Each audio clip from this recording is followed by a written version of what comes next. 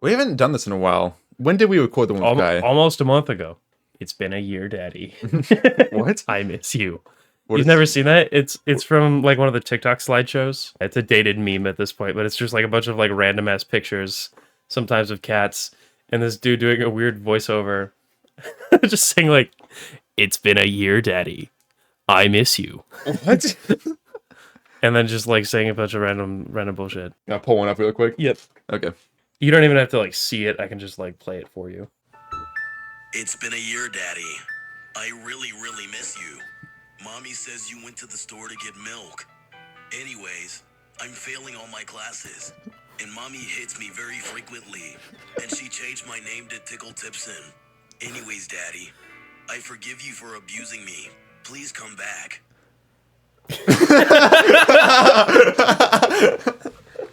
I think it's from the same people that did like the. Have you ever heard like the Quandale Dingle here? No. You've never heard that either? Basically, it comes from the same brain rotted part of the internet that the fucking. What the Sigma? Oh shit! Shitting. I picked the wrong fucking. Oh, we gotta restart. Okay. Can't put you at a handicap like that. Staying in the. I don't need a handicap right now, dude. I'm 3 weeks out. I knew I was forgetting something. My daughter. I miss her very much. It's been a year. It's been a year, daughter. It's been a year, I daughter. apologize for abusing you. So we were discussing... Oh, yeah, welcome back to what we usually do. It's been a while. It's been a year. We were discussing what we should talk about briefly on the drive here. Oh, yeah, we went to get sushi at the same place that we did before the first episode of this. Get back in the groove, baby. Yeah, and we also tried to go to the mall like we did that time, but They didn't let us. tragedy struck that day. Today. It was today. But I was looking through my phone trying to figure out what topics I should bring up on this episode. And one of the ones I've wrote down more recently is that how we would get away with crime, or specifically murder. So go ahead, you first. So, I believe what I said to that was that we've probably covered like a tangentially related topic, or at least Maybe. like given a brief answer. Like I think we did like something like this during the Michael Myers mind switch discussion, but I don't know if I gave like a proper answer then though. If I had to like murder somebody, I guess it really depends on who, because there are a lot of factors. Like, do I know this person? I guess it is an open kind of question, like how would you get away with it? Right. So you kind of make your own context to it. Do you think if you were to murder somebody, like if I were to, would it be for a reason, or would it be for like, I need money, so I'm going to rob them and like leave no evidence? well, obviously, like it's always going to be for some reason, right? So, like in the case of this scenario, it's for the success of saying how I would get away with it, right? But what if it was just like for some external reason, you don't really know why, you just have to murder, and like that's the task, you just have to murder and get away with it. Maybe it's not for another tangential reason. I just have to murder and get away with it. Maybe you just need to do it for like the sake of this hypothetical. Yeah. You can take it any way you want, though. Well, okay, so first of all, just knowing like, you know, all the true crime shit and like, you know, the generic fucking everybody looks into this shit. Yeah. Don't ever fucking murder anybody that you know, because it really makes you look suspicious. Yeah. So what I'm gonna do is I'm gonna walk around in public with my shoe untied and like a crowded like traffic area and like trip and push somebody into traffic. Oh. And kill them and make it look like an accident. Interesting. That way everyone sees it, and technically it is an accident. Yeah. I would practice that a little bit to kind of figure out what I was going to do.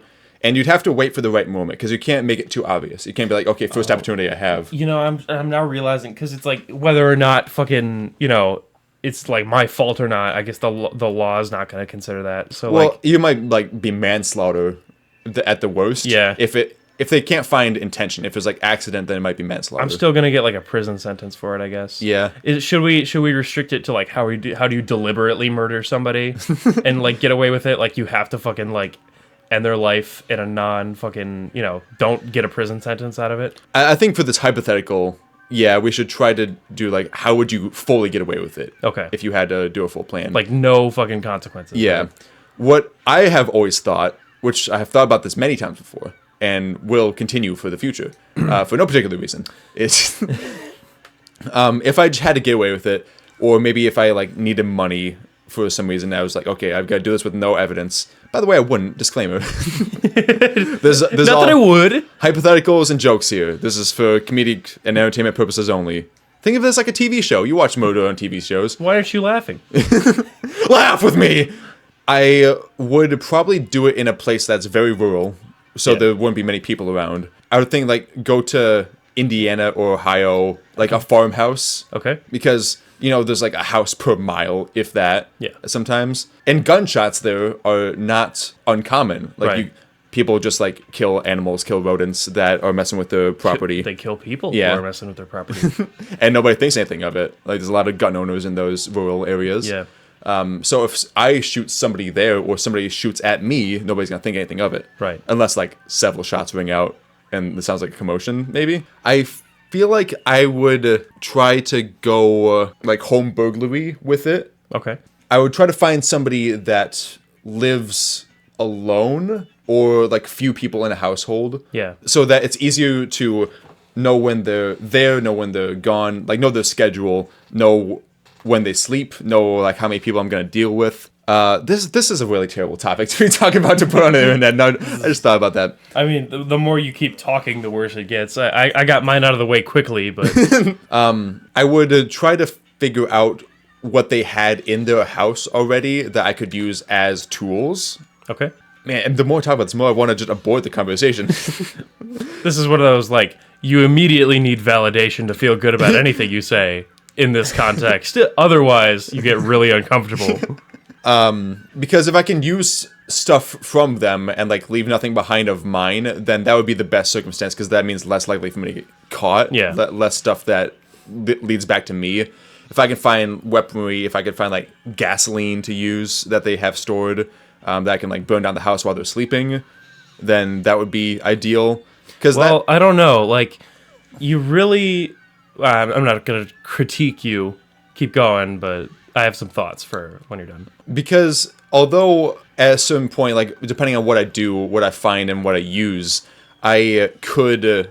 it could be suspected that, like, malice was involved. Somebody, like, was trying to kill the person Right. or burn down the house or whatever. I don't know how much could actually lead back to specifically me, because if I go to another state, it's somebody I don't know, Yeah. then what would lead back to me is, assuming I am careful and don't leave fingerprints anywhere, leave evidence of me, like, my possessions. Well, those would all be, like... I'm actually uncomfortable even saying this. Those are all important factors. Yeah. I'm speaking as a fucking trained athlete.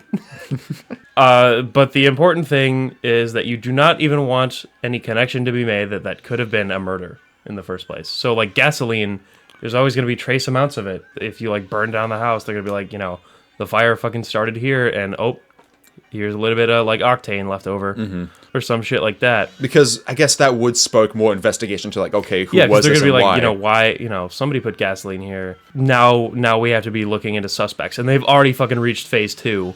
Hopefully you're like long gone by then, but you better not have left anything behind. So you really want it to be like a fucking, old lady choking scenario on, like, her brisket or some shit. You don't want it to be like, fucking ricin that would show up on an autopsy or something. Yeah. Because the best fucking murder is no murder at all. Like, the setting is very good. You picked a good choice because it's, like, rural. Nobody's going to be looking for them for weeks, ideally. And I'm sure it actually fucking has happened before. Yeah. But... By somebody. Not us. Looks left and right. Every death will be investigated slightly, so you really want to make sure that it looks like something that somebody could have done to themselves from an autopsy perspective. Yeah, I guess so. Like, for me, it would be like, cut the brake lines to their car or something, or like, bleed the brakes, they crash or some shit. Mm-hmm. Then it looks like a total accident, and then hopefully the mechanic doesn't look into it. You really want it to be, you're out of the way, your name is not even, like, part of the fucking Venn diagram there. I guess handing it back to me, if I were to, like, address it without the whole, like, shoe tripping situation where I have no consequences, I'd probably, like, do it outside of the country, a remote area that, like, the same laws don't even apply to me. And I guess technically there would be, like, a record that I was there, but if it's just somebody, like, I have no incentive to do that. If I get away with the same shit there, they're not going to be looking into some tourist, right? I guess? I'm not sure. I really couldn't say, but say it was like, I don't know, like Guatemala or something. You go there, And it can be anybody, right? Yeah. So what if I just like picked up a snake and like put it in a baby's room or something? Does that count? That would be killing a human, yeah. Yeah. Because I put the snake there. Yeah. There was intention, there was death by your cause. Yeah. Like I just, fucking have to wear gloves so they don't see my fingerprints on there or something. But that's how you get away with it. Put the baby in the water and then put the snake in the water, so it washes away your fingerprints from or gloves on. Why are you even touching the baby? You have no reason to touch the baby. The baby's already in the water. There's no water. Pick up a snake and put it in a house, dude. You don't even got to worry about it. It's a snake. It's slimy. It's not going to track your fingerprints anyway. How you gonna get in the house?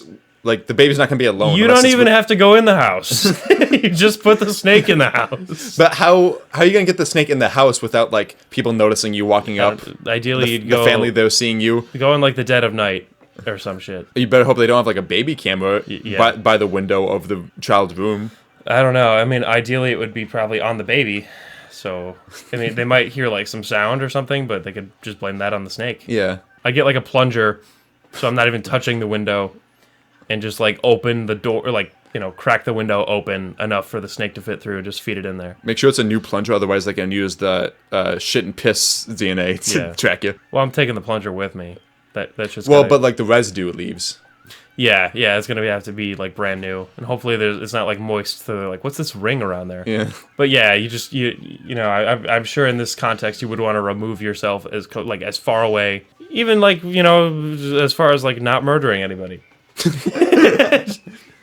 That's our takeaway from this. If you are considering killing a human being, probably don't. Probably don't.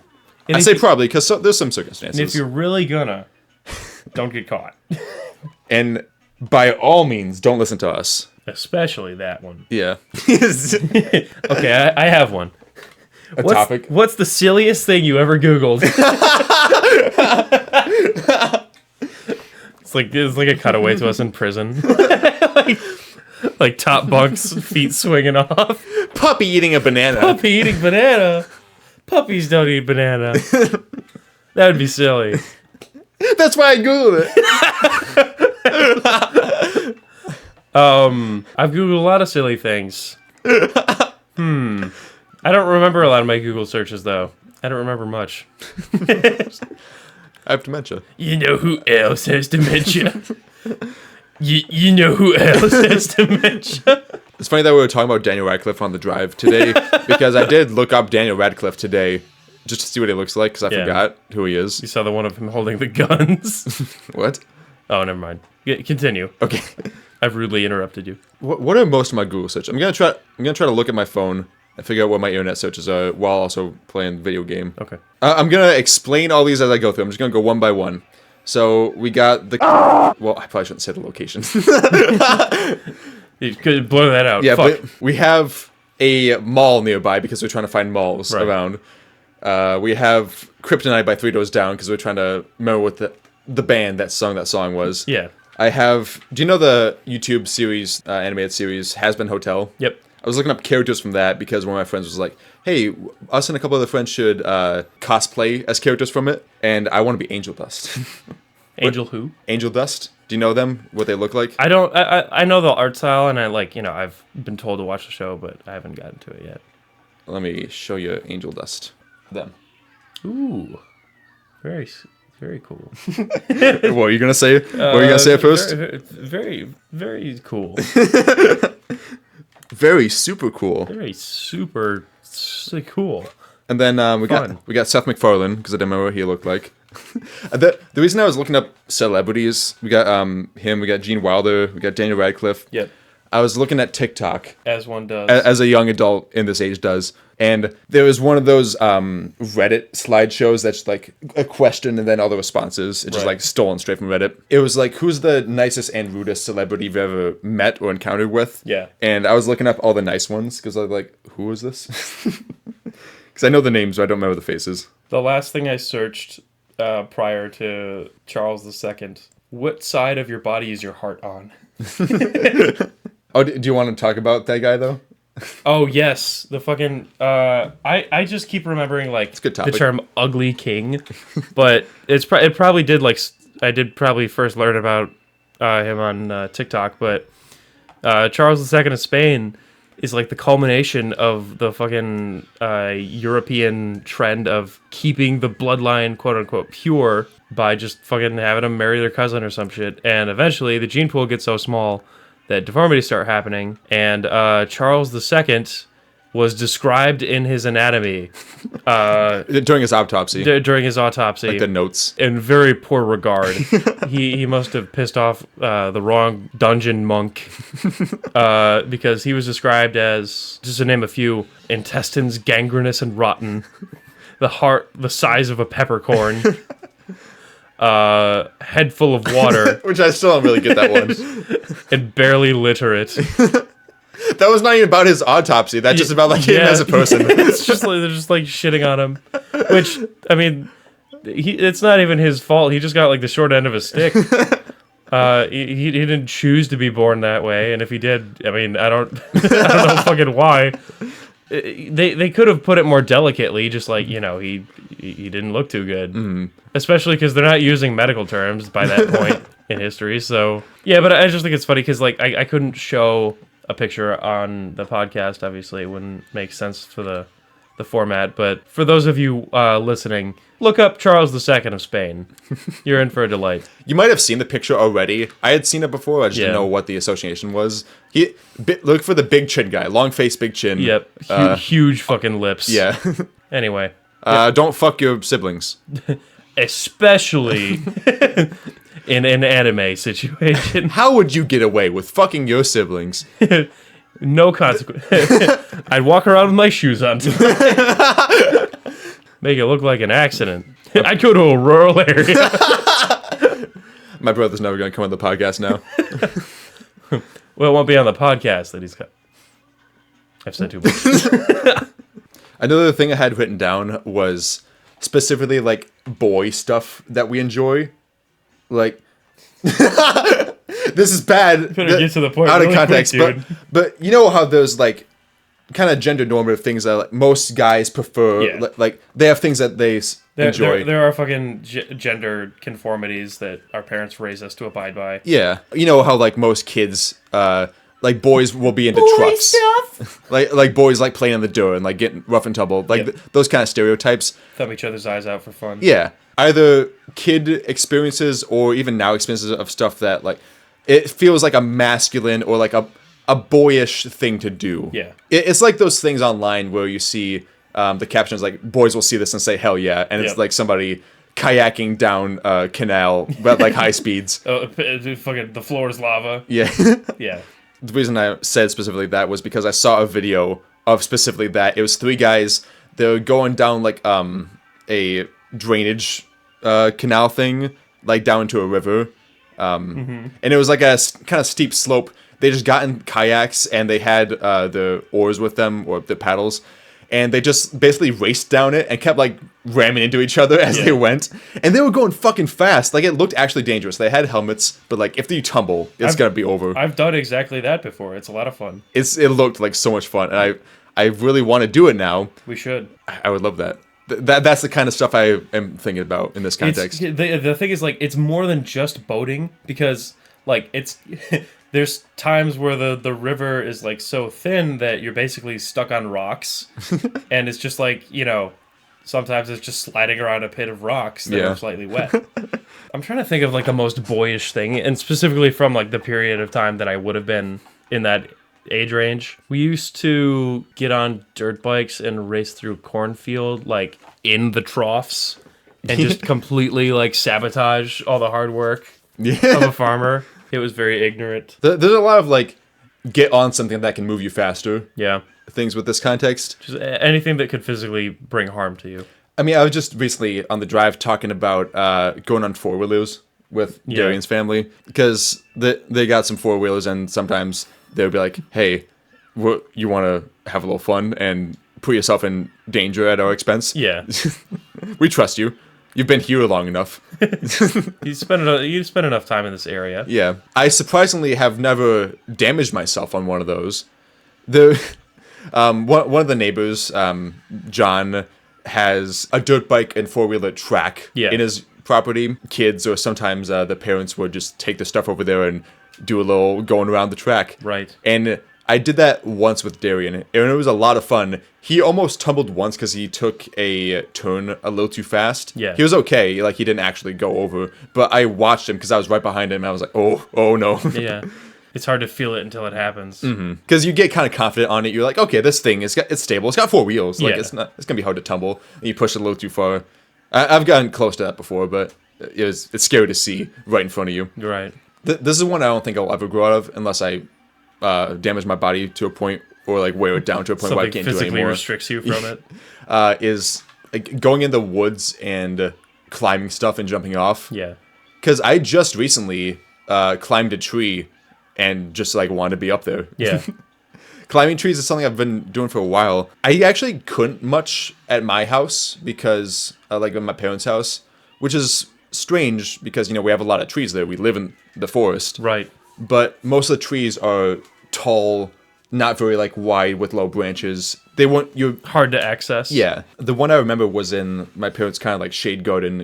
Walk around like there's plant life and trees. It's supposed to provide a nice little oasis. Yeah. There was one tree that it's pretty small. It goes up at an angle, and I would always just try to run up it. And I'd be able to get like a couple feet, but then it's too steep and I can't. Lose momentum. Yeah. And I don't know if I just at the time didn't have enough upper body strength to pull myself up further or what. But at, I guess, coincidentally, Darian's place, I guess his property and that group of people facilitated my boyish behavior. The enablers. Yeah. that one tree there, I climb almost every time I go there, if we're outside. Pretty sure one of the first times I met you, you were up there. Yeah, it was you came there and looked up, and I was like, Yeah. hi. Who the fuck are you? Guys, did you invite him? Who the hell is this guy? But yeah, it became a stereotype of every time I went there, everybody was like, okay, Luke's got to climb the tree. Luke's in the tree. I'm pretty sure, yeah, I was like, Luke's here. But where is he? What? Death from above. Then I attacked you, Yeah, still healing. kidnapped you, and brought you here. Yeah. You're my roommate now. Okay. Okay, that's cool. Accurate representation of our voices. As you can tell. I remember distinctly, like, when I moved into my second house after we moved out of I guess it would have been, like, my third house that I lived at growing up. I moved a lot. There wasn't a ton of neighbor kids to play with except for one. She was a bit older than me, but they had a tree in their front yard that... They seem to have this understanding of, like, don't climb it for some specific but unknowable reason to me. Maybe just like keeping it pristine or safety reasons or whatever. So I thought. But they didn't specifically prohibit it. Like, Okay. Every time I would, like, play outside there, I'd try to climb it until I realized why they don't climb it. That's because it's got this branch that is sort of an illusion that looks very close and tangible, but is neither. Huh? Like, like, very close and, like, reachable, but it's not either. Interesting. So you can jump and grab it, but then you realize, like, it's far enough removed from any other branches that all you can do is hold onto it. Oh. And I did not realize that, thinking that, like, I'll just, like, put one hand here for a minute Yeah. while I find another footing for the rest of my limbs. And I was just, like, dragged away from the base of the tree, holding onto it at, like, the distance of my body. You have nowhere to go. With one hand before I realized, like, I'm losing my grip. And even though the fall wouldn't have been that bad, I didn't realize that at the time. You never want to fall anyway. So I grabbed my wrist and I was holding onto it, like I was hooked on by my forearm, which was it putting, like, increasing pressure the longer I was there. And I was like, oh shit, what do I do? Well, I was just, like, holding on to my wrist, like, with my other arm wrapped around it. And they're like, oh, we'll go get our dad. Just hang on. And I was like, okay. My arm is definitely breaking. I don't think it really was, but it definitely felt like it was going to. And then their dad just, like, at a walking distance, like, picked me up. Like 7 inches off the ground. Set me off the ground. Yeah, I wasn't that high off the ground. I pictured, like, your brain, how you feel so high up off the ground, and like I pictured this zoom out 30 stories up. Oh, fuck! It's like an action cliffhanger. Yeah. It wasn't even the last time that I climbed that tree. It was just the last time I attempted it in that way.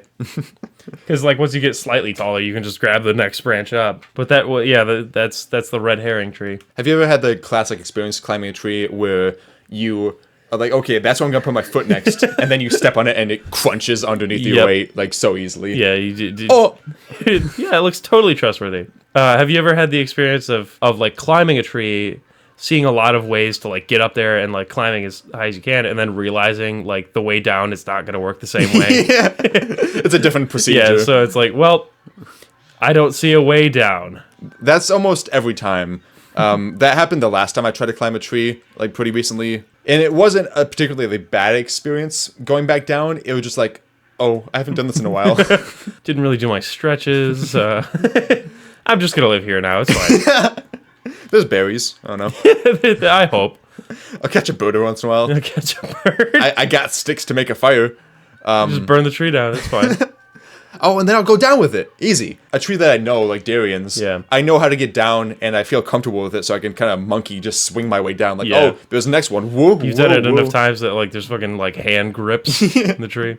Shoe marks, yeah, all over the place. Bark is gone on those spots. So that means there's no grip, which makes it easier to swing around. It's perfect. Oh yeah, so that was your topic, right? Yeah. I had one other one. What old person habits do you have?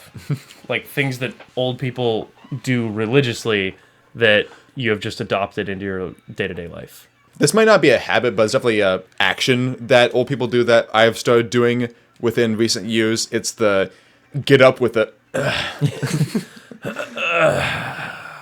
Yep. Drinking black coffee. Yeah, I was just gonna say that one. Which even old people will think is insane of me, which I guess, like, anybody's gonna think it's insane of me because I'm 20 years old and I drink black coffee. Yeah, I don't even like coffee. Most people our age will drink it because they need caffeine, but they'll, like, put milk, creamer, sugar, stuff in it to make it taste good. But now there's so many, like, alternatives, you know? Yeah, there's many different ways to have it, and I'm just like, nah. Dude, a couple days ago, I mean, every once in a while, I'll just do this. I have my coffee up there. I'll just eat some beans. Yeah. Just like some straight beans, and I'll like let it sit in my mouth and like let my hot saliva go over it and make coffee in my mouth, and then I'll just swallow the grounds. It's so bitter and horrible to me. I don't like it. I love it. I don't do it for the energy. I do it for the taste because I like the taste. Yeah. Well, I do drink tea, but that's something that was like ingrained in me from my family. It's also a different flavor profile, Yeah. and I think that's more of a typical thing. Like, that's more palatable for a lot of people. Do you drink it with things in it? Like, do you drink it with sugar? Do you drink it with flavorings, honey? Usually whatever is available. Like my go-to would be I'll brew like green tea or black tea, and sometimes I'll add like a little bit of cream to it. But if it's like specifically like water-based, I'll add honey or, you know, some other like palate changer to it. Milk and hot tea is great. Yeah. I really like that. I would say that's my old person habit, though. I definitely have like adopted in spending time with my family, like specifically my grandmother, like a lot of her habits. Like I'll watch like old reruns of shows from the 70s. I'll like eat soup from like a bowl sitting on a plate, like ceramic. If she says something a little bit too quietly, I'll go like, "Huh?" Yeah. I'm just mimicking her, you know, or like holding a phone and staring at the ceiling, like with your hand on your hip. Putting a phone on speaker. Yeah. Just putting it up to your ear. Or putting it on speaker, then also putting it up to your ear. Yep. Or like the, okay, bye-bye. Like way too loud. Like it's the last time you're ever going to talk to that person. We were just talking about this today as well at the restaurant. And this isn't necessarily an old person thing, but this is like an adult thing that I grew out of, like doing the other way, is when I sit at a dinner table at a restaurant, I set up my kind of little space. I put my napkin on my lap, fold it up neatly. I set my plate and my silverware or utensils or whatever. Yeah. Like kind of in a formation. I kind of like get a routine with my dinner now. Yeah. Which as a kid, I would just be like, you know, fucking whatever I can to get into my face faster. Right. Yeah, I've seen your routine unfold. It's like I think we're also just adopting like our own adult idiosyncrasies that Yeah. we'll probably like carry for the rest of our life. I'll do this thing where like I have like a spot where I put my keys now. I've seen that behavior in people that are like over half their lifespan. And I'll like take off my jacket, like put it in the spot, and then I'll like fucking check my voicemail or something. Checking email. I don't need prescription glasses. Like I still have like 20/20 vision, but if I'm using like blue light glasses, if I've been on like my computer too long, I'll do this thing that's completely redundant where I'll pull them below my eye line. I guess to check better. I don't know. They're not bifocals. My favorite old person habit, having damaged vision. Yeah, watching you put on glasses to see something that is like not that far away. You're like, I don't know this man. Who are you? This isn't the man I once dreamed of. I guess that's kind of how life works, right? It's like it's not like always like inherited or picked up by your environment. It's sometimes it's just like that's what people have adopted to do. Like back in the day, you know, like when the phone was so impossibly quiet that you couldn't hear it because there was no speaker. You'd have to you thought like screaming into it was the solution. So now Kind of was. Subsequently, that's what they always do. Yeah. Not to take a shot at my grandpa, but he recently he has pretty bad hearing. Yeah. He has used hearing aids for a long time now, and he recently got a cochlear implant. You have a device on like behind It's your ear. implanted in your head Yeah. by your ear. But he's not used to it yet about like just having everything be audible all the time now, because like he can hear the birds in the morning. He can Yeah. hear background chatter. Like he can hear everything at a family gathering instead of Right. just the individual conversation he's having. Yeah. So he has trouble. It's like too stimulating for him. Yeah, he can't really process things at the moment. He has to get used to it, and It's got like that Superman problem. yeah, It's kind of rad though. that means a lot of times he's kind of dissuaded from even using it because he just can't understand all of it. So it's like it's less effective You'd than if just he rather like turn it down and listen to nothing. Yeah, so it's funny. Sometimes he'll like still put the TV really low volume and just put the subtitles on. Yeah. even though he's home alone. He's familiar with it because it's like, you know, people who are like have been like born deaf and have no chance of getting hearing once again. It's not like they're miserable for their whole life. You know, that you adapt. Yeah. Oh, this is tangentially related, but I was thinking about it recently. I've thought about this for a little while. You know the glasses that can help colorblind people see? Yeah. I don't know how well they actually work or if they work in the way that they're advertised. I think they have to be tailored specifically because it depends on which like cone of vision you're not. Yeah. But the idea is like, okay, you're colorblind, now you can see full spectrum of color, or Yeah. like more, better, whatever. I want the reverse of that. I feel like I want glasses that make me see colorblind and in different forms so I can understand it better. We'll just put on those. Put on those glasses? Yeah. Would it reverse it? Well, it filters out selections of light so that you interpret light differently because it's just a spectrum. Huh. Yeah, Interesting. so like, you know, if you have trouble seeing like say blue or some shit, it'll just take out the thing that like doesn't let you see yellow all the way or whatever. It'd be like putting on like the old-fashioned 3D glasses, right? You'd just be seeing like some like blend of colors that clearly isn't your vision. Yeah, it's not what's actually there, but it's just a different way of seeing. That's interesting. Yeah, just like put those on and you'd see what it's like. Huh. I'm waiting for that shit to happen with VR though, because I haven't seen very much like color dynamic interaction. Like, yeah, we've seen a lot of like experiments of like, oh, what's it like to actually be kind of blind or use like sonar or some shit, or use like some abstract where it's like super hot, you know, where it's like just white. But we've never seen like actual tampering with color. Yeah. Where like the gradient changes. That would be a really compelling way to kind of give somebody an experience. Yeah, that would be a cool idea. I was telling you about how this isn't VR, but I played through Halo 1 on a colorblind mode. Yeah. I want to show you how I played it as, because I showed you like a picture from a different game, like a different Halo game of a similar colorblind mode. Yeah. But it didn't really show everything the way it was exactly. Right. It was really cool. I don't remember what the name of it was. It was something like TRI was the start of the word, like the type of colorblindness, I think. Maybe TRY. Trichromatic or something like that. Yeah. But it made everything look very green and purple. Like those are the two main colors that you could see.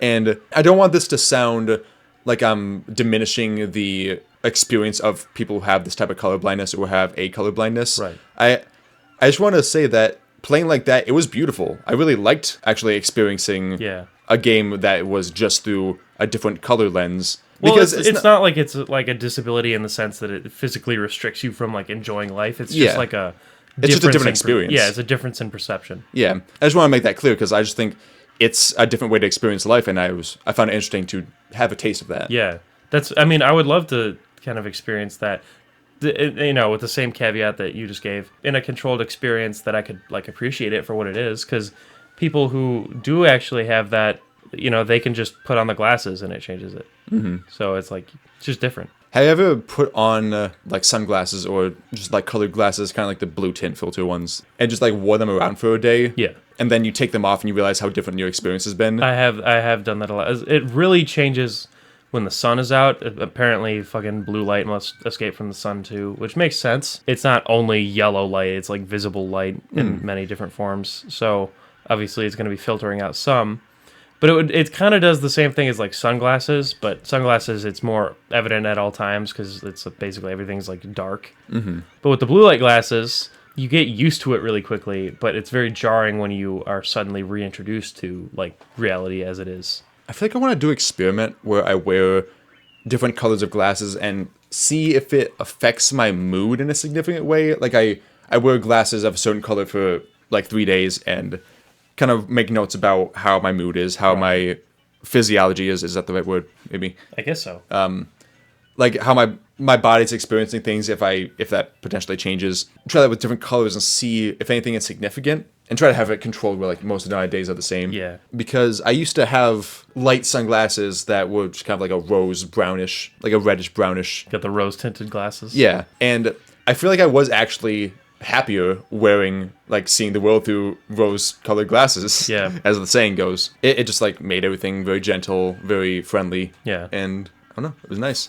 With the whole, like, blue light glasses, I haven't noticed a significant experience in that, because it just basically makes everything look yellow. I guess that's the opposite of blue on the light spectrum. It just seems like everything has this, like, yellow hue to it. But if you're focusing on something, because I usually use them strictly for, like, tasks, I'm not thinking about things like that, but I have worn them like day to day, and I haven't done it in like a documented trial, but I have noticed that returning to regular vision is a bit jarring because everything seems both brighter and like in its full spectrum. It's kind of like probably what colorblind people experience when putting on the glasses. Yeah, it's like, wow, so much more information now. Yeah, it's like your brain is like quickly catching up on all the stimuli it began ignoring, which you don't usually notice that day by day, but I have heard like a couple things that physiologically related to that only men can really, like 99% of cases, really experience colorblindness. It has something to do with the biology of eyes and like the way our eyes have evolved to perceive color. But like females have more chromatic, I guess, receivers / transmitters in their retina. Yeah. So they actually do see the world. I don't think it's like truly that significant. No, it's like not, you can tell the details better. It's barely noticeable, but they can interpret color details better. Whereas men, you know, it would be like just about the difference between what my blue light glasses are to like not wearing them would be the equivalent of like between men and women. That's barely noticeable and probably not even to that degree. But the other thing I have also noted is that, or that I've heard, is that because throughout your life, like when you're a child, you remember like memories, if you do think of them in color, very vividly because they actually were more vivid. Because over With time, younger eyes. the lenses of your eyes do actually get like UV damage where it literally like yellows the lens of your eye, and it's not noticeable through your entire lifetime, and It's gradual. it's very slow, and it doesn't matter anyway because your brain will compensate for it. But the reason you do remember, like, you know, if you ever went to like a pool, seeing how vividly blue it looked compared to like regular water, or I guess not, you know, non-chlorinated water, is because It actually was blue. It actually was more blue to you than what you would see it as today. It's interesting. Which you would still see it as blue, but it's not going to be jarring. Yeah. And I'm sure there's more to it than just that, but, you know, it's just the way we perceive things. On that male to female, like, color perception difference, I remember when I heard about that, it was like, I heard that specifically red colors are more significant. It's red and green because of the Miocene. Great apes that turned into humans would subsist on red fruit from green bushes. And Okay. I think that's where that mutation started. Interesting. I remember doing that test with my parents, and it was like a spectrum of red colors, Yeah. like swatches of them. It was like 10 squares, but like groups of 3 of them looked the same to me. I brought over my dad, and he was like, yeah, the same. I could see like a color section here and a color section here, 1 or 2 here. And then I brought Laura over here and was like, oh yeah, there's 10 different colors there. I was like, oh. I would be curious to do like that exact test again, or one similar to it, because I feel like I've trained my eye more with being a painter in recent years. because I do like my own color mixing a lot I of think, times. yeah, it is also psychosomatic in sort of a way. Like, you, to the untrained eye, you can't notice the shade differences, but when you get used to seeing them all the time, you probably can like find a way to create like a neural pathway for that. Because when I mix colors, I'll have like a color in my mind or a color that I'm trying to reference to copy, and I'll mix some stuff together and I'll get it pretty close. I'm like, okay, I think this needs a little bit of this, and I'll like in a pool like a couple inches across, I'll put a drop or like a couple drops of one other color, maybe a couple different colors, and mix it in. And it's not like it changes that much, but I can tell the difference. Maybe I'm just fooling myself into thinking it. Well, but I mean, then I'm like, okay, this was correct. It looks the same now. I mean, it's whatever works for you, really. Because also, at the end of the day, color doesn't even exist. It's just a reflection of like the light spectrum, and that's just different wavelengths. So like to be able to say that you could tell the difference, that's purely a human like construct. So we interpret that, but only because of the fucking, millions of years of evolution that went into developing the organic technology that we have in our eyes. If you look at it from a purely scientific perspective, it's all perceived anyway. None of it's actually real. The universe has no color. We just interpret it as that way. Because other animals can actually see like invisible light. And our brains would fucking implode if we had that stimuli set up. Yeah, it's invisible to us, but it's their perception. Yeah. But technically none of it's real at the end of the day. It's just photons, which are, that's not a fucking real energy. It's light phasing through matter. By that same logic, like smell isn't actually real, sound isn't real. Like any experience we have is just our experience. It's just our way of interpreting it. We're just interpreting it, but it's all just like, movements of physics. So it's like it all operates under the guise of perception, because what I'm thinking of from this point of view is that like people will give you shit for that, like, oh, what, you can't see that, really? Or like, they're I don't think this so and so hears as well as they think they do, or whatever. They're seeing things, but it's like, fucking they're perceiving things differently from you. It's like the whole like red or the gold blue dress thing, it's like it's an illusion. White gold or black and blue. Yep. Some people think they're like fucking right about that shit. It's like, no, you're just seeing it as that. Well, there's a correct answer. Water's wet. You know that? You're fucking insane if you think it's not. I agree. And I don't think we should see each other. Well, do you agree? Is water wet to you? No. Oh. It makes things wet. I have evidence to prove my claim, or at least aid it. I say water is wet in almost every circumstance because water is cohesive.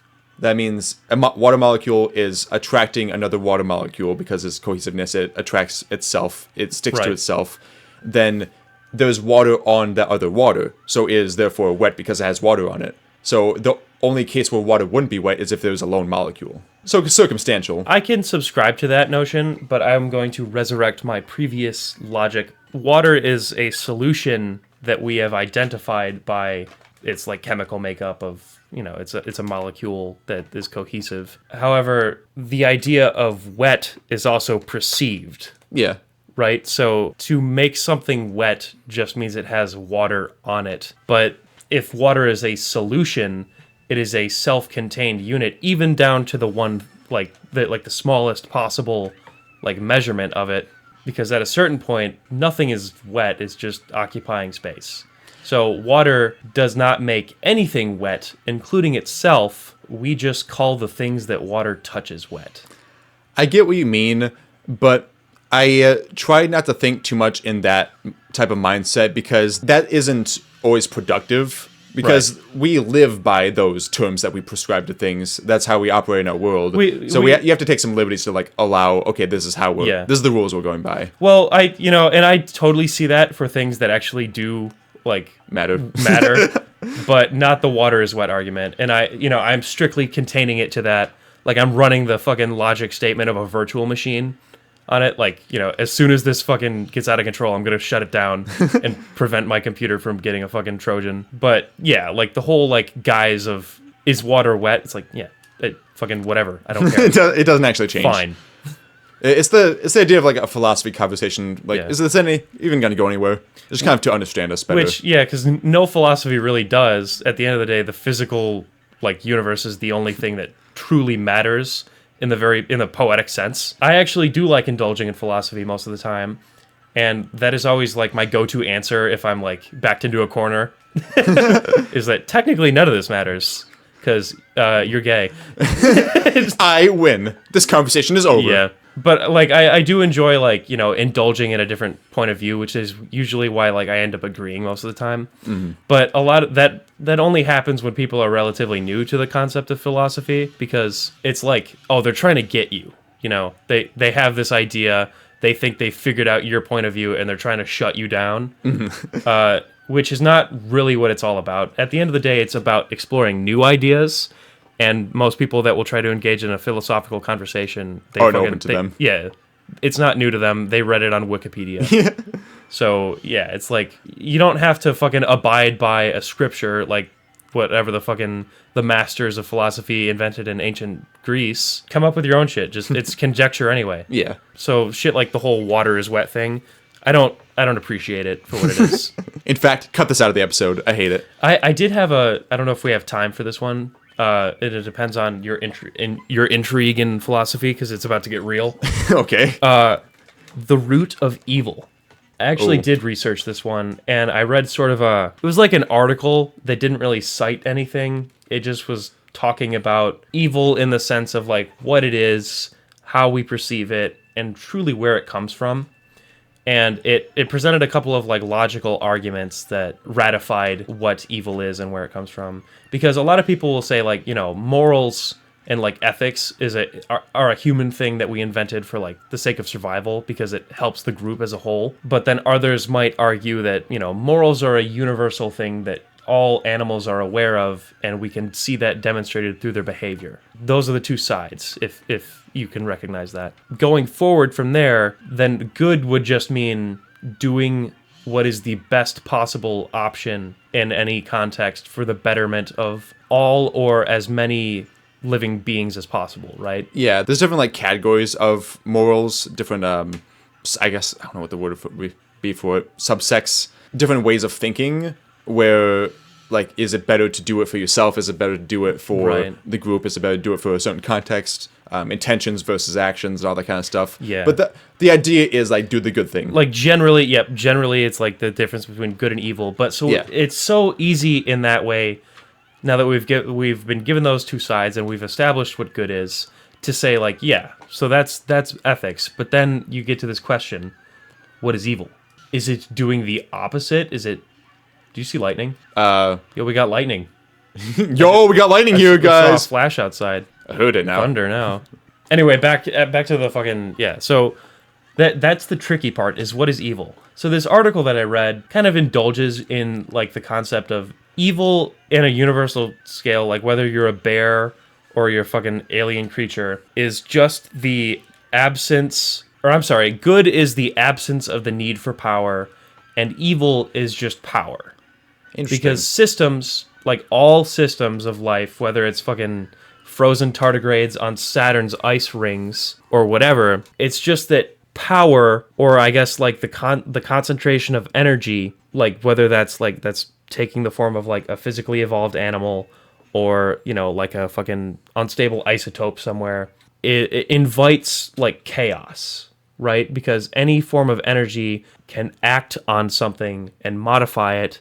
When that's expressed through, like, say, humans, it's fucking killing people, like, for redundant purposes, or it's, like, taking deliberate action to sabotage the balance of nature, or, like, the self-contained sustainability of nature, like the ecosystem. Mm-hmm. Like, humans, in modifying nature, we perceive as evil because it's not natural, and it damages, like, what was established as an ecosystem severely, because it adds more energy, and in so doing takes away energy from an already established, like, closed-ended, self-contained ecosystem. That's an example of how this describes evil. Humans are like accelerated entropy. Yes. The article described... What the fuck was that? There's a bunch of birds going by. Okay. Dude, some crazy shit's happening outside right now. It's lightning and birds. It's not that crazy. Well, there's the thunder, too. Evil. So like, yeah, that's kind of like the skinny of it. I'd have to like look back into the article again to kind of give a better description, and obviously don't listen to me. Did you have any thoughts on that? Because that's kind of what I see it as too. I find it interesting that they describe evil as having power and good as like the absence of power, because I mean, this is kind of redundant again, because what is good and what is evil, but I Right. feel like evil is doing the wrong things with the power, because good can be done with power.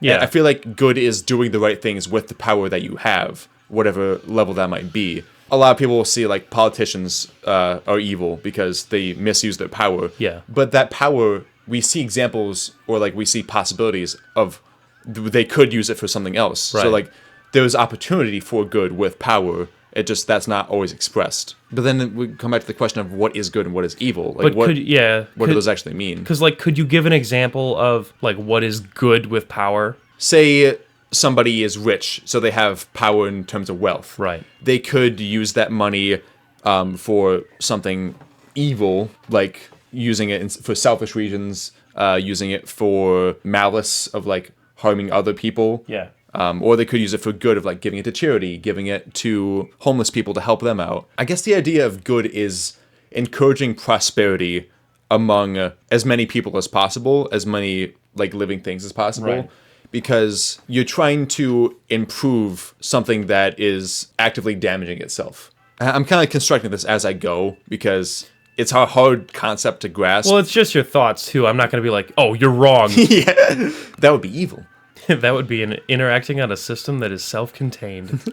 But do you get what I mean? Is that making sense? Well, yeah. So like, that is the interesting thing that even like when I was reading through the article, I had in mind. I'll send it to you after this. Okay. But like, as I got through the rest of it, I kind of came to appreciate the contrast of how it describes good and evil, is that they are two completely different natural concepts, or like they are not in the same category whatsoever, because one is the absence of something completely and the other is like exclusive possession of it. Mm-hmm. And so it's like their essential nature is nothing alike, which kind of helps set the sides easier. And I like that perspective. Like I like it put in that terms, because it prevents any like misconceptions about comparing what we understand either as. Because evil, it seems to be more easily definable as like, you know, just the accelerated unnatural destruction of natural systems. And you see that in many different forms. But good, we're just animals at the end of the day. Like, how could we possibly contribute more than what was already given to us? Yeah. Right? So, and should we? Like, is a different question.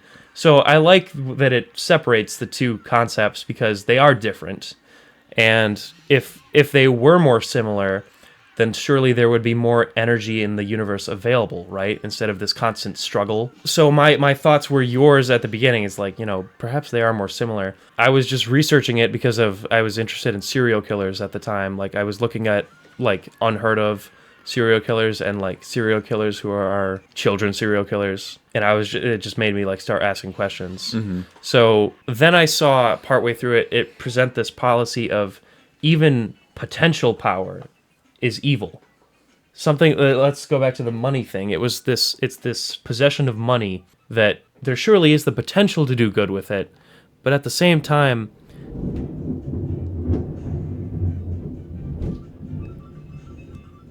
it's that drunk dude beating the shit out of it. I wonder if that's going to come through on the recording. I was looking at it. It definitely did. Yeah. I've never seen a bolt of lightning like up close. I have not seen one up close. I had one happen close to me. At my parents' house, lightning struck right by our pool, which is, you know, a couple dozen feet away from the house, and it like blew gravel all over the place and blew. That's wild. It blew like a outlet that we had there. Yeah, it was just weird to see the damage of it, because it wasn't crazy, but at it was a like certain it point, struck. Because at the end of the day, it's just electrons being like positively like charged, or I guess like placed into the ground. But it's so powerful that they can move matter. Yeah, that's completely unusual for electrons. But going back to the fucking like, even the potential for evil is still evil, because power in its many forms, even like potential power, invites the prospect of changing what is like a very carefully and fragilely like articulated system. So any action on that, externally, could be classified as evil, whether we think it's good or not. I'm going to ask a question that might be iterative on what you're already saying, and I'm going to ask in kind of like, do you or did this paper, maybe kind of answer whatever fits better, subscribe to the idea that changing the ecosystem or like changing a part of the world or the universe in any way is evil, and not changing it is the good thing to do? Is alteration evil in any context? Well, given the argument that the article presented and also like my thoughts on it by the end, I would say like I would be of the mind that yeah, like any change is evil, even like self-induced change, because it seems that both exist. It seems that like neither good or evil don't exist, and that the essential nature is like the majority one with like a little bit of the other. It seems they're fairly balanced, even though they don't always reflect, immediately, but that both exist, and not that they directly conflict with one another, but that there are examples in self-contained systems of either one. So yes, to answer that question, I would think so. What about you? I think I still more subscribe to my idea that I had earlier, because I do think that some changes can be good. This is an interesting, and maybe not the best example of it, but I think this podcast is good. I don't think it's evil, but it was a change that we started posting these on the internet rather than, before there was not a podcast and now there is one. But I think that was a good change because this is entertainment, this is fun, this is bonding for us. This is something for viewers to experience. I think that it is not action or inaction that is the good or evil. I think good and evil are qualities of actions or inactions. That's also a good sense to put it in, because the continuation of, like, let's say us making this podcast exists in its own system. Like, how we look at it is from our perspective, not that it's not good or evil, because it likely is like one or the other. It's good in the sense that, like, yes, we enjoy it. It does contribute something on a fundamental level to, like, we're bonding from it, we're benefiting from it. But by the same hand, I guess technically it is affecting like some very small factor in the world, possibly for the worst. This podcast could be the end of the world. I hope so, man. But it's like, nevertheless, it still exists as does any other situation, because like we do consume resources, I guess technically time, in doing this podcast that could otherwise be better spent. That doesn't mean it's the poorly spent, but that we're doing it simply because we enjoy it. Mm-hmm. And I could see that as a good thing. But we I guess consume like a certain amount of electricity, which causes carbon buildup. But that's a human thing, right? So it really depends on where we draw the line. But both exist in this case. I guess so, yeah. I can't exactly remember what you said a moment ago, like your take on good or evil, and use this podcast as an example, but it was about how this podcast is change in a small sense, but the quality of it, I believe, is good. That's right. So that change isn't bad because it just, alteration is bad on its own. I think that alteration can be good. Alteration, I mean, not that alteration and change are so drastically different that I need to explain them or that I feel the need to, but alteration can also be a reduction of energy. Yeah, right? That's true. But would that also be change? Because it's not what was initially doing. Right. So the pretense of they're basically the same thing, or at least I can't figure out the difference. But it depends on which, does the door open both ways? Can something that was changed by adding more power into it be reversed, or does it have to naturally, in the sense of good, be dispelled? Yeah, it's kind of to me this makes sense. Let me know if it doesn't to you. In terms of speed, movement, is velocity change or is acceleration and deceleration change? Because if you're going at a speed that's consistent, right, you are moving, but that becomes your constant state of being is the movement. So is that change because you're changing position, or is acceleration, deceleration change because you're changing your speed? Yeah. Or does it really matter? Well, I guess, to establish that before we proceed, I would go with the way I was trained in physics.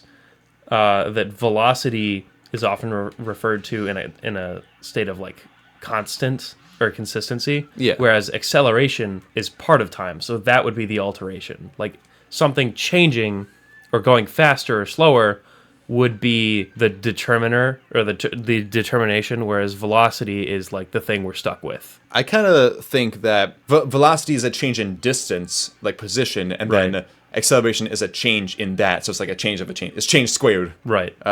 This is kind of disparaging my own subsect of this conversation, but does this matter?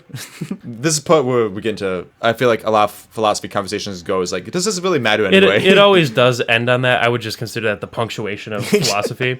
It poetically is in the same sense of how the abstract / article presents good and evil, is that one is the absence of something, whereas the other includes it. Mm-hmm. So it's kind of like, velocity is good in that sense, and like acceleration is evil. Because it is the change. One is a pictured window into what something actually is, and the other is its perceived like modification over time.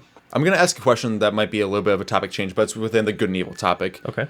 Do you think that the ideas of those concepts are universal, like they actually matter, they have a presence within the universe, or is it a construct of living beings? Maybe not even humans, but like it could just be humans, could be Like me personally, animals. do I think that? Yeah, like is it something that actually matters, or is it just is it a form of our perception, and the world is just going to be whatever it is anyway? It doesn't matter to the universe, it just is. I'll be upfront. Like, I don't know at the end of the day. Even if I were to give an answer like, oh, I'm pretty sure, or I think, I couldn't tell you either way. I mean, if you were to ask me tomorrow, I might say something differently. But for right now, I would say they are real because we can see it, and we can also see its absence, which is like slightly more boring. There are things that we could be doing, like, when you like lay in your bed and you're not doing anything, and you're like thinking, but in between the spaces of like you thinking from one thing to the next, you're kind of serene, or kind of not necessarily tranquil, because it's not like you're at peace, but you're not doing anything, you're not changing anything, you're just being, and you're kind of part of this system. Mm-hmm. That is the good. Like, it's not perceived, and I think that in a way warrants its existence. And that kind of leads into the idea of the change is the bad, because that Yes. I feel like we can all Because- agree that like sleep is great when we're not doing anything. Right. That point where we're not even conscious is like a lot of people's favorite part of the day. They would just rather not exist. Yeah. That's kind of also a reflection of its validity, that like good and evil are real things, because we seem to have some sense of awareness of like our impact on maybe not the entire universe. I don't know how well our fucking energy would transfer to a different star system, like, the impact that we have here. But we seem to have some awareness of like, we recognize that eventually our time comes, and we do our best to give back what we put into the world, or at least, some sense of it. Like, you try to like pass on heirlooms to your children, words of wisdom to people, try to enjoy life for what it is without trying to interact with it too much. But we spend the first part of our life mostly ignoring that, and trying to like, oh shit, I have to do this, I have to do that, I have to be, right? Mm-hmm. And I have to live the human experience. Yep. And you don't see any good in that, right? It's like the stress is coming from, oh shit, what, how am I going to interact with the world today? I would love to do some good, but all I have is power, any measurable small amount of power. And I have to do that. I have to put that into the world the only way I know how. And that's like what affinities are. Yeah. But it's not good. It might not be evil, or it might not be perceived evil, but it's definitely not like you're contributing something to the world in the sense that it matters. I said that a little bit too much like a recruitment. Don't contribute anything. If you want to learn more, The Helldivers. I don't know. That's just my kind of outlook on that. You might have something different. well, I have another question, because like a follow-up question to you saying you believe that good and evil are real, because you kept talking about the human experience with it. Yeah. Is it real in the same way that vision and like our senses are real? Because earlier we were talking about how it's real to us, but it's not really real in the sense of the universe. So is something good just our perception of the world? Well, I would go back to something. I can't remember exactly what you said. I'm sure it was lost somewhere in the conversation earlier. Of like, at a certain point, I think it was shortly after the water is wet thing. Like, at a certain point, we have to kind of work with like reality as we perceive it. You know, it would be redundant to always bring it back to the argument of, well, everything is perceived. Mm-hmm. I would bring it back to that because I believe that to be true. I believe that to be correct. Is like at a certain point, we have to work with what we have. So I would just phrase it in the term of like, well, yes, we are still interacting with reality. We wouldn't see it accurately as such, but you know, we are still made of physical matter at the end of the day. We're part of the whole good and evil system. Mm-hmm. So even if we don't see it in its certainty, we still have some sense, like it's not completely inaccurate. Yeah. We still have some sense of what we're doing, and we are given that choice every time. So you not using those senses in the spaces between thought and like when you're sleeping and whatever, you know, that's you doing good. And like, even though you can't really perceive that up front, like you can perceive like energy and inputs of power, you can still perceive the absence of like calamity. That's how I would see it. Or I guess, I don't know if that answers your question. Maybe not directly, but I get what you're talking about, and it adds to the conversation. Wait, could you repeat your question? No. No? You don't remember it? Lost it. Shit. I hope that did something. I do remember it. My question. I just need a second. My question was: is good and evil actually real in a universal sense, or is it just? Is it like vision, where it's what we perceive? Right. Well, to summarize, yeah, like so, yeah, it is real, and like so are our senses. They're not 100% accurate, but then again, like you know, it's about our experience. It's about our experience because we're humans. If we were something else, we would be treating it as that then. Mm-hmm. It's real because it is how we experience it, and it has to be real. And I would one up, I wouldn't one up you, I would like one up the conversation by saying, or I guess like tie it all together by saying like, does a fucking bear have a sense of good and evil, right? Like, do they experience stress? Do they worry about finding shit for the winter? Or is it all perceived? Like, is none of it real and they are just operating on instinct that is based on good and evil? Because that's kind of the dividing line between like is good and evil real, or is it all just random bullshit? Yeah, part of a system that we're just in. Because I would think that like if a bear is capable of like bonding to another creature, like its children or whatever, then yes, it's 100% real. But if you don't believe that a bear truly feels the things that it feels, then or good and evil aren't real. I don't know. That's the way that I guess one could put it. And I guess I don't really have an answer for it. Because we don't know, right? Yeah. It's the same sense as, like, our senses aren't 100% accurate. We just think. Mm-hmm. But if we're aware of that, and if we can talk about it, surely the former is true, right? Like, a bear does love its cubs. Yeah. Because we're not vastly different from them. But in the grand sense, does it actually matter? Because and that's where the conversation is punctuated. Because that perception might also be part of the, you know, hardwired system of like that's just how it is. Yes. Like it was always going to happen that somebody in the universe was going to ask the question of like, is it real and does it matter? I guess that's kind of the paradox of it, the loop, because it always goes back on itself where there is no real answer for it, at least that we know of, right? Because it's further past what we can experience. We just have to go on our experiences. Right. Well, and in that, because there's also more poetry behind that, like, there are actual, like, purely outside of living things, there are examples of, like, is something real or not? And I'm not about to, like, spill some science shit and claim that I know everything about it. But, like, let's say the fucking probability cloud or the Higgs boson particle experiments. Like, I think those are, like, two different things completely, but you know the probability cloud or like the behavior of light changing thing?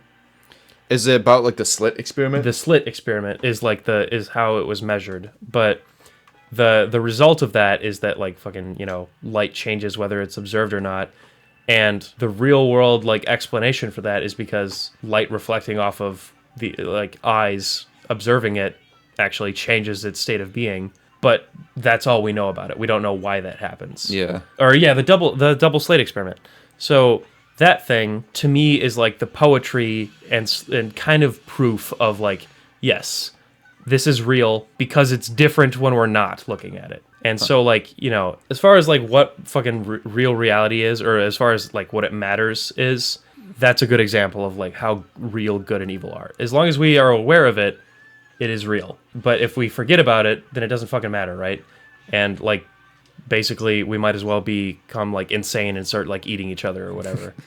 Some people do that anyway. Yeah. And so to them, it's not real. Yeah, I guess so. But to us, it is. Because they're just operating. Because we abide by it. Yeah. Or at least we think we do. But, you know, it's like, that's kind of the duality of it. And that's where I see the poetry is like, you know, is it fucking real or not? Does it even matter? And if you're asking the question, you can see both. Yeah. So I guess that means it is. Yep. We answered it. All the questions answered here on the What We Usually Do podcast. Goodbye. I'm probably never going to, like, consider this, like, thought experiment again until we bring it up. I have my deepest conversations with you here. Yeah. Well, I only start them because you say something, and, like, I want to follow up to it. Yeah. We just keep one-upping each other. Like, it's adding on. It's not, none of these things are high quality. I'm obviously better than you because of my opinion. They are just quality. It's not a terribly long read, either. It's like it was like a fucking page one answer to Is Evil Real? The article you're talking about earlier. Yeah, and that put it in really good terms for me. I wish I could like fucking give credit to who made that, because whoever did articulated what the hell we're talking about way better than I could have. Because we're not talking about anything real here. We're talking about. I used the word real and realized I reset the conversation. Took us back to square one. Yeah. The paradox completed itself and started over. In the broader sense, our perception, we have to consider that real because that's how we experience, and we perceive good and evil, so they are real. To summarize, there you go. Yes. Oh, yeah, that was going to be like the other thing that I had in my prompt. Do you believe that time is cyclical or linear? Could you describe the difference between the two in your perception? So linear is like the Big Bang happened going forward. If you were to like look at it like a timeline, the cosmos formed, or I guess isotopes became stable, or rather quarks, I should say. Then fucking gas dispersed because they bonded to each other. Cosmos formed, the heat dissipated, etc. You know, a king was born much later. All that shit. Or do you believe that... He had a fucked up chin. Do you believe that like the Big Bang is literally a fucking result of the collapse of the universe as it was, only for the energy to be released again, all that shit, all that other shit to play out, and like, you know, the scenario playing out, I guess, in a different setting? Well, I would say that if the universe does like have a kind of a reset over, you know, a certain amount of time, if it expands then contracts and does that again, right, it could be linear, but just infinitely repeating. Yeah. But then if it's linear instead of cyclical, how many times has that happened? Are we the first iteration? We could never know. We would never be able to know. I guess going back to it, therefore neither matters. You know, the universe is this one anyway. Yeah. But if it's linear, it seems like something would be feeding it continuously, right? Because you said, like, you know, the latter doesn't mean it's cyclical, right? It just means, like, the universe contracts again and keeps going. Yeah, because if you go to work and then come back home, like, does that mean it's cyclical, or does that mean it's linear, but, like, it happens again? Because what causes the contraction, though? Is there actually that much energy in the universe that it's able to fucking, like, fart out a new universe within the same one after it dissipates?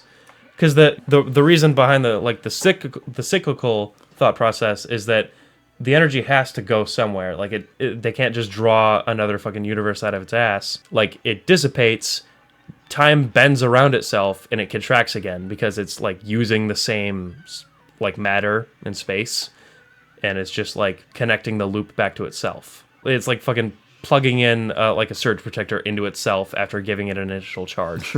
Like it doesn't go anywhere. The light exerts some of it, but then ultimately, like, the system feeds itself. Mm-hmm. But when you subscribe to the cyclical one, you also subscribe to destiny. That it goes back to the age-old question of, like, is destiny or fate real, or is everything just up to you? Like, and nothing is predetermined. Because that's the difference between the two, is, like, that linear means that kind of anything happens, but you have to take it with a grain of salt, where there are probably going to be some constants, but the events in the universe are immeasurable because it's a timeline, right? It's only going to happen once, so you better make it count. Or the cyclical one of, in order to set up the the system again where the snake has to eat its own tail, the same shit has to happen every time for it, I guess, to be kind of displaced and then like return back to square one, because it has to be moving. The reason I lean towards linear is kind of two reasons. Because you say the cyclical has to be like repetitive in that, in its most pure sense of like the same thing happens. Something we were talking about earlier about the law of entropy, about like the universe or any system will eventually descend into chaos and become more chaotic, more random over time. Right.